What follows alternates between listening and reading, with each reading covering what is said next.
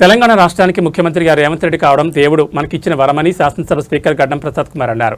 అత్తసొమ్ము అల్లుడు దానం చేసినట్లు గత బీఆర్ఎస్ ప్రభుత్వం రాష్ట్ర ఖజానాను ఖాళీ చేసిందని ఆయన విమర్శించారు. హైదరాబాద్ మాసప్ ట్యాంక్లో టీఎన్జీఓ రంగారెడ్డి జిల్లా యూనియన్ కార్యాలయాన్ని Telangana minorities residential educational institution society vice chairman Faheem ఖురేష్తో కలిసి స్పీకర్ ప్రారంభించారు. ముఖ్యమంత్రి రేవంత్ రెడ్డి రాష్ట్ర ఆర్థిక పరిస్థితిని గాడిలో పెట్టేందుకు పనిచేస్తున్నారని స్పీకర్ అన్నారు. ఉద్యోగుల సమస్యలను కూడా ఒక్కొక్కటిగా పరిష్కరిస్తారని హామీ ఇచ్చారు. కొంగర కాలంలో ఉన్న రంగారెడ్డి జిల్లా కలెక్టర్ కార్యాలయాన్ని మార్చాలనే ఆలోచనలో ముఖ్యమంత్రి ఉండాలని, హయత్ నగర్ పరిసరాల్లో కార్యాలయాన్ని ఏర్పాటు చేయాలని చూస్తున్నారని అన్నారు. కార్యాలయం మార్పు తర్వాత అక్కడే ఉద్యోగ సంఘం కార్యాలయానికి స్థల కేటాయింపుతో పాటు నిర్మాణం కూడా ప్రభుత్వం తరపు చేయిస్తామని స్పీకర్ గడ్డం ప్రసాద్ కుమార్ హామీ ఇచ్చారు. ఈ కార్యక్రమంలో టీఎన్జీఓ కేంద్ర సంఘం రాష్ట్ర అధ్యక్షుడు మారం జగదీశ్వర్, ప్రధాన కార్యదర్శి ముజీబ్లు పాల్గొన్నారు.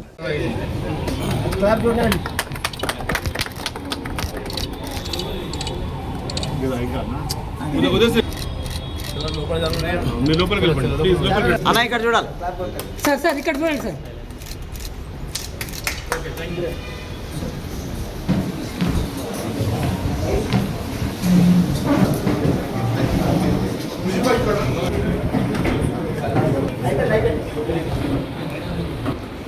చెప్పినా అయితే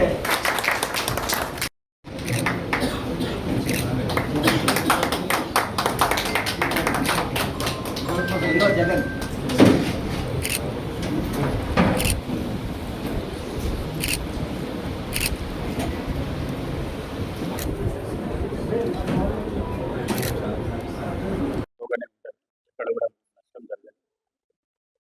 మనకు ఈ రాష్ట్ర ముఖ్యమంత్రి ఒక దేవుడిచ్చిన వరం.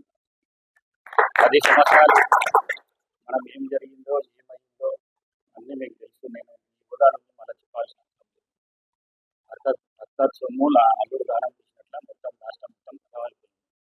దాన్ని నిలబెట్టుకుంటూ వస్తున్నాడంటే ఒకే ఒకడు ఈ రాష్ట్ర ముఖ్యమంత్రి శ్రీ రేవంత్ రెడ్డి.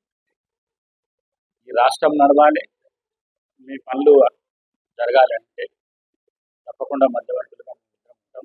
రాష్ట్రానికి మీకు మధ్యలో ఏదున్నా కూడా ఈ సమస్యలు మొత్తం పరిష్కారం చేసే పనిగా ప్రయత్నం చేస్తామని తెలియజేస్తూ, కొంగర కళాల్లో 500 గజాలు అడుగుతున్నాడు.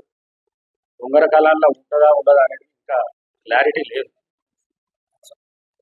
రంగారెడ్డి జిల్లా కలెక్టరేట్ ముఖ్యమంత్రి మదిలా రాజేంద్ర నగర్లో ఇక్కడ పెట్టాలన్నది, సెంట్రల్లో పెట్టాలన్నది చాలా దూరం కదా. నాయకత్వం